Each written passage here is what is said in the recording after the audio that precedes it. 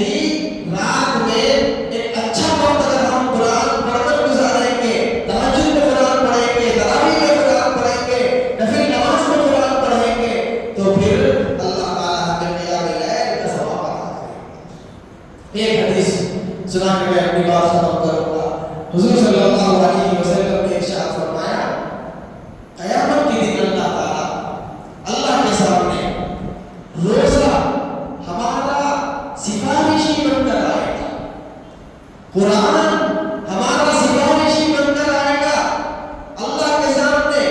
روزہ یہ کہے گا، جب ایک مومن کو اللہ کے سامنے کھڑا کیا جائے گا حساب کتاب کے لیے، روزہ آ جائے گا اور آ کر کہے گا، یا اللہ آپ ایک ایسے بندے کو ہی کا حساب لینا چاہتے ہیں جس بندے نے آپ کی رضا حاصل کرنے کے لیے صبح سے لے کے شام تک بھوکا رہا، پیاسا رہا، اپنی خوبصورت بیوی اس کے ساتھ رہتی تھی، اس نے آپ کی رضا کے لیے اس کے اوپر نظر بھی اٹھا کر نہیں دیکھا، اس نے روزہ رہا۔ میں اس کے حق میں سفارش کرتا ہوں کہ آپ اس کی مغفرت کر دیجیے۔ قرآن آگے کہے گا کہ اے اللہ آپ ایسے شخص کو سامنے کھڑا کیے ہوئے ہیں جس نے رات میں نیند کو قربان کر کے، رات کے آرام کو قربان کر کے اس نے قرآن کی تلاوت سنی، قرآن کی تلاوت کی، قرآن سفارش بن جائے گا اور کہے گا اے اللہ آپ اس کی مغفرت کر۔ اس لیے میرے دوستو، قیامت کے دن اگر ہم اپنے روزے کو سفارشی بنانا چاہتے ہیں، قرآن جیسی مقدس ترین کتاب کو اپنا سفارشی بنانا چاہتے ہیں، رمضان کی قدر کیجیے، روزوں کا اہتمام کیجیے۔ ہمارے پاس کل بھی میں نے بتایا تھا ایک پروگرام میں، ہمارے پاس مدرسے میں تعمیر کا، کنسٹرکشن کا کام چل رہا ہے، تو مسلمان بچے پلمبنگ کا کام کرنے کے لیے، ٹائلز کا کام کرنے کے لیے آ رہے ہیں۔ بڑے افسوس کے ساتھ کہہ رہا ہوں میرے دوستو، میں ان لوگوں کو دیکھ کے حیران رہ گیا کہ نوجوان بچے، صحت مند بچے، کام کرنے والے بچے رمضان کے مہینے میں گھٹکے کھا رہے ہیں روزے چھوڑ کر، اور یہ کہہ رہے ہیں پوچھنے پر کہ مول صاحب اگر روزہ رکھے تو کام چھوڑ دینا پڑتا ہے، کام چھوڑ دیے تو بیوی بچوں کو کیا کھلائیں گے، کیا پلائیں گے۔ یہ مسلمان بچے، نوجوان بچے، میں سمجھایا آپ کو میرے بھائی، کام چھوڑ دو، کھانا پینا چھوڑ دو، لیکن اللہ کے حکم کو مت چھوڑو، روزے کو مت چھوڑو۔ روزہ بہت بڑی عبادت ہے۔ آپ ٹیکس لگانے کے لیے، پلمبنگ کا کام کرنے کے لیے آپ روزہ جیسی مقدس ترین عبادت کو چھوڑ رہے ہیں۔ افسوس تو اس پر ہوا میرے دوستو کہ آج ہمارے اندر سے گناہ کا خوف بھی ختم ہو رہا ہے۔ ایک تو گناہ کر ہی رہے ہیں، لیکن گناہ کا خوف بھی ہمارے اندر باقی نہیں ہے۔ ایسی قوم کو اللہ ہلاک و برباد نہیں کرے تو آپ کیا کریں؟ یہ تو اللہ کے رسول کی دعاؤں کا صدقہ ہے کہ اللہ تعالیٰ اپنی رحمت کو اور اپنے عذاب کو روکے رکھے ہوئے ہیں، اپنی رحمت کو جاری رکھے ہوئے ہیں، ورنہ ہمارے دھرم ایسے ہیں اور ہمارے کام ایسے ہیں۔ اللہ اگر ہمیں زمین پر دھسا دے تو یہ اللہ کا حق ہے۔ اللہ کی زمین پر نبی کریم صلی اللہ علیہ وسلم کے دین کے ساتھ جو ہم مذاق کر رہے ہیں، ہمارے نوجوان جو مذاق کر رہے ہیں، وہ اللہ کی حفاظت فرمائے گا۔ یہ بچے، نوجوان بچے جن کو مسجدوں میں ہونا چاہیے، جن کو روزے رکھنا چاہیے، جن کو قرآن کی تلاوت کرنا چاہیے، جن بچوں کو رات رات بھر قرآن پڑھنا چاہیے، یہ نوجوان بچے روزے چھوڑ رہے ہیں، یہ نوجوان بچے راتوں میں آوارہ گردیاں کر رہے ہیں۔ کیا اللہ کو منہ دکھائیں گے؟ کبھی آپ نے سوچا اسی مقدس مہینے کے اندر، اسی رمضان کے مہینے کے اندر، سخت ترین موسم گرما میں جب اسلام کی سب سے پہلی جنگ ہوئی، جنگ بدر، اگر ہمارے اور آپ کے طرح مسلمان ہوتے نبی کے ساتھ تو نبی کو دھوکہ دیتے تھے اور یہ کہتے تھے نبی آپ جائیے، آپ لڑ لیجیے اللہ کے رسول کے دشمنوں سے، ہم نہیں آ سکتے، گرمی زیادہ ہے، ہمارے پاس کام ہے، ہماری بیوی کی طبیعت خراب ہے، ہمارے بچوں کی طبیعت خراب ہے۔ اگر ہم اور آپ ہوتے تو نبی کو ہمیشہ رسوائی کا سامنا کرنا پڑتا۔ کیسا صحابہ کرام نے اسی مقدس مہینے میں اسلام کی سب سے پہلی جنگ لڑی، جنگ بدر، سخت ترین موسم گرما میں